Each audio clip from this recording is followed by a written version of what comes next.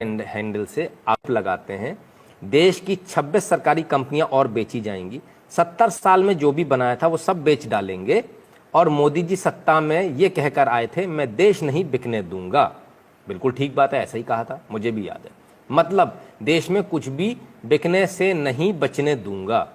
मोदी है तो यही मुमकिन है, स्टॉप सेलिंग इंडिया। नीचे इन्होंने एक ट्वीट को ट्वीट किया, वो ट्वीट डिसइन्वेस्टमेंट से रिलेटेड है, डिसइन्वेस्टमेंट का। ठीक है, क्लियर है। वेदर कवर इंडस्ट्रियल्स, धन्यवाद बहुत बहुत आपका कंट्रीब्यूशन के लिए। तो ये आप देखिए, डिसइन्वेस्टमेंट को लेकर इन्होंने बोला कि ये चीजें बेच रही है सरकार। अच्छी बात है, इसमें कोई दो राय नहीं है कि भारत सरकार डिसइन्वेस्टमेंट कर रही है, इसमें कोई दो राय नहीं है, ये बिल्कुल सच है, इसमें कहीं भी गलत नहीं है। लेकिन डिसइन्वेस्टमेंट को देश बेचना कहा जाता है क्या? डिसइन्वेस्टमेंट को देश बेचना कहा जाता है तो चलिए हम थोड़ा सा आपको एक सरकारी वेबसाइट पर ले चलते हैं। अपनी बात नहीं करूंगा मैं करूंगा तो गड़बड़ हो जाएगी, तो मैं सरकारी वेबसाइट पे ले जाता हूं। कौन सी वाली वेबसाइट पे ले जाऊंगा आपको? भारत सरकार के 3 शेर वाली। इस सरकारी वेबसाइट का नाम है department of investment and public asset management. ठीक है, DIPAM.gov.in दिखा रहा हूं मैं आपको, और करीब से दिखा देता हूं। ठीक है, भारत सरकार की वेबसाइट दिखाऊंगा साहब, इसके अलावा नहीं। अब मैं 2009 और 10 की बात करूंगा डिसइन्वेस्टमेंट की। क्या है? Past disinvestment. कौन से फाइनेंशियल ईयर के? 2009 और 10 के। 9 और 10 में किसकी सरकार थी? सोनिया गांधी सरकार थी, मनमोहन सिंह सरकार थी। कितने डिसइन्वेस्टमेंट हुए जरा मैं आपको दिखाऊं तो जरा देख लीजिए। NHPC का डिसइन्वेस्टमेंट हुआ, name of CPSES, NHPC, oil India limited, NTPC, rural electrification, NMDC। कितने हो गए? 1 2 3 4 5, एक साल में 5। ठीक है, सिर्फ 2009 और 10 में। चलिए अब मैं तो 2010 और 11 में आपको ले चलता हूं। ठीक है, फाइनेंशियल ईयर 2010 एंड 11। ये भी कौन सी सरकार है? सोनिया गांधी सरकार, right. SJVN limited, engineers India limited, coal India limited, power grid corporation of India limited, MOIL और shipping corporation of India limited. ये बेच मारे इन्होंने। पहले कितने बेचे थे? 5। अब 6 7 8 9 10 11। कितने हो गए? 11। 2 साल में 11 पे पहुंच गई कहानी। चलिए थोड़ा और आता हूं आपके 11 और 12 में। वही सोनिया गांधी सरकार, मनमोहन सरकार। 12 हो गए थे, कितने हो गए थे? 11 हो गए थे, right. Power finance PFC limited and oil and natural gas corporation limited, इन 2 का इन्वेस्टमेंट और 12 13 हो गए। ठीक है साहब, और देखिए और कितने इन्होंने डिसइन्वेस्टमेंट किए, कितनी कंपनियां इन्होंने बेची। अब हम भी कहते हैं कांग्रेस ने भारत को बेचा था। अब 12-13 की बात करूंगा, 2012 और 13 में कितनी कंपनियां बेची। चलिए आ जाइए। NBCC limited, national building construction corporation limited, Hindustan copper limited, NMDC limited, Indian oil India limited, NTPC, RCFL, Nalco, SAIL. ठीक है, पहले कितने हो गए थे? मेरे ख्याल से 13 हो गए थे, 12 या 13 हो गए थे। 14 15 16 17 18 19 20 21। कितने हो गए? अब 21 हो गए, राइट। 2012-13 में अभी खत्म नहीं हुआ, क्योंकि 14 तक इनकी सरकार थी, 14 में मोदी सरकार आई है, तो जरा 13-14 तो ले लो। अब खोल रहा हूं 13 और 14 का चिट्ठा, और ये रहा 13 और 14 आपके स्क्रीन पर जो भरा पड़ा है। ठीक है, ये शुरुआत किसने करी? आ जाइए ऊपर से ले लेते हैं। ठीक है, कितने हो गए थे मुझे अब याद भी नहीं है। बहरहाल NHPC, Bharat heavy electrical, engineers India limited, NMDC, power grid corporation of India, CPSE exchange trade funded, Indian oil corporation, national fertilizers limited, MMTC, Hindustan copper limited, Indian tourism development corporation limited, state trading corporation और NLC limited. ठीक है साहब, ये इतने सारे। अब वापस गिन देता हूं, 1 2 3 4 5 6 7 8 9 10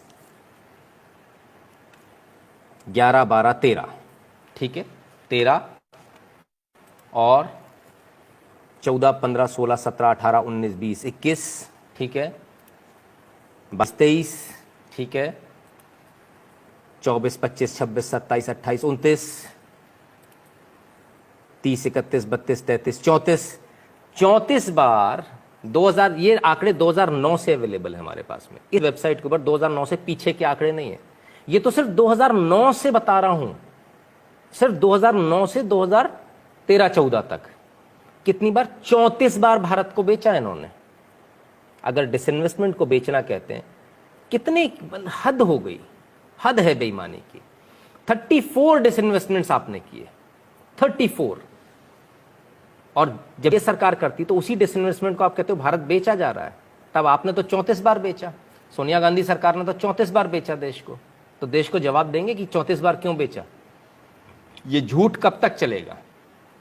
एक तरफ आप क्या शिकायत करते हो, रेल में जाते हैं तो सुविधाएं नहीं मिल रही, जब तेजस जैसी ट्रेन चलती है तो क्या बोलते हैं, रेलवे का प्राइवेटाइजेशन हो रहा है।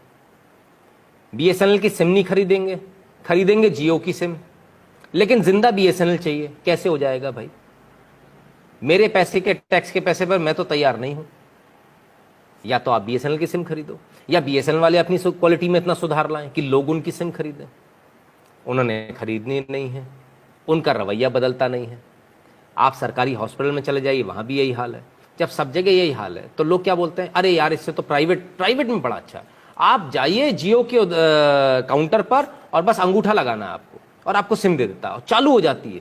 बीएसएनएल वाला एक दिन में भी चालू करता है सिम, तो भी एहसान दिखाकर करता है कि देखो मैंने तुम्हारी सिम जल्दी चालू करा दी।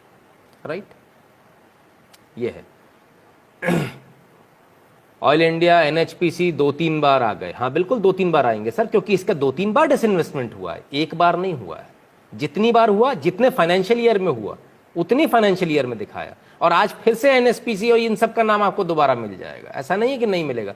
क्योंकि स्टेक ऑफलोड जो होती है, सरकार की जो भागीदारी है, वो एक बार में पूरी खत्म नहीं करती सरकार, थोड़ा थोड़ा करके ऑफलोड करते। कभी 5% कर दिया डिसइन्वेस्टमेंट, कभी 10% कर दिया। सरकार को जब जितना डिसइन्वेस्टमेंट जरूरी लगता है, राइट।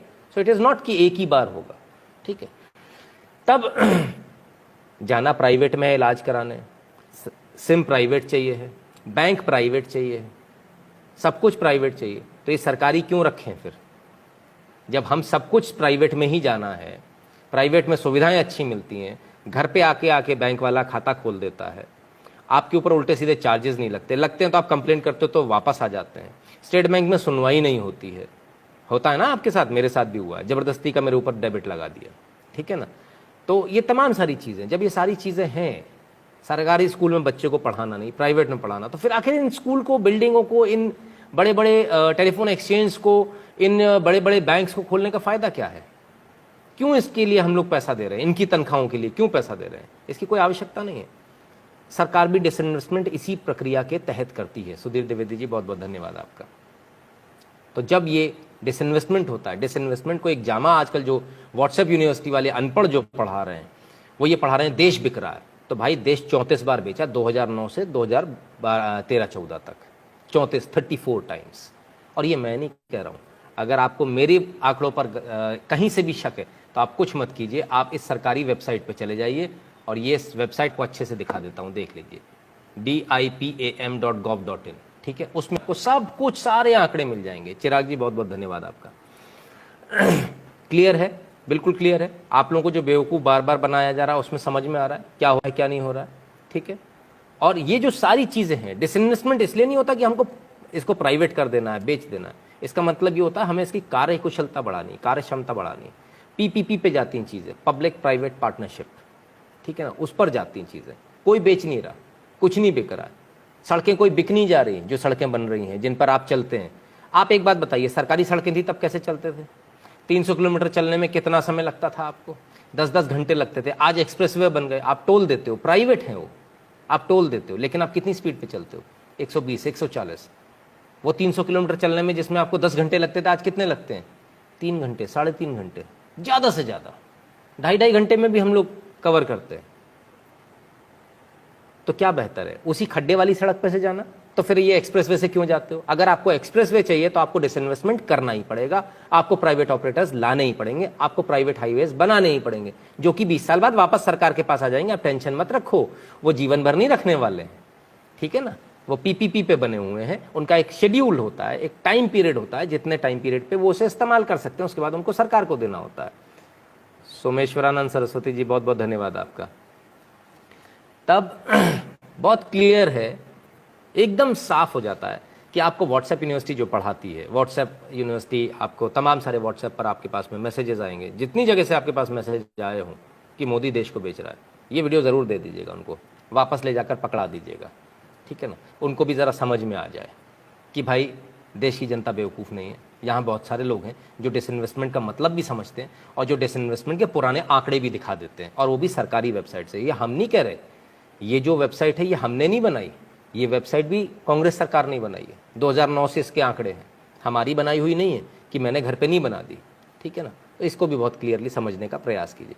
बहुत सारी चीज़ें आपके सामने आएंगी, बहुत सारी चीज़ें इस प्रकार की आएंगी जो आपको बार बार ये बताएंगी कि देखिए देश के अंदर ऐसा हो रहा है, देश के अंदर डिसइन्वेस्टमेंट हो रहा है। डिसइन्वेस्टमेंट को क्या बताया जा रहा है? डिसइन्वेस्टमेंट को बताया जा रहा है जो चीज़ें अच्छी करी जा रही हैं उसको बताया जा रहा है देश बेचा जा रहा है। ये ठीक उसी प्रकार से जैसे जब गोल्डन कोऑर्डिनेटर बन रहा था तब सरकारों ने, जब विपक्ष में बैठे हुए जो लोग थे, कांग्रेस के जो लोग थे, उन्होंने कहा था जरूरत ही नहीं है इनकी गोल्डन कोऑर्डिनेटर की। और आज आप सोचिए, आज देश के अंदर एक्सप्रेसवेज हैं, ये वही लोग हैं जो हर बार हर चीज़ में इन्हें अड़ंगा लगाना होता है। एक्सप्रेसवे बनते तो ये कहते सड़क बेच दी, अगर रेलवे स्टेशन का सौंदर्यीकरण करना होता है तो ये कहते हैं कि रेलवे स्टेशन बेच दिए। अभी दिल्ली का जो रेलवे स्टेशन है वो भी एयरपोर्ट की तर्ज पर बनने वाला है, आपको बहुत मजा आएगा वहां जाकर। गुरुजी ऐसे लोग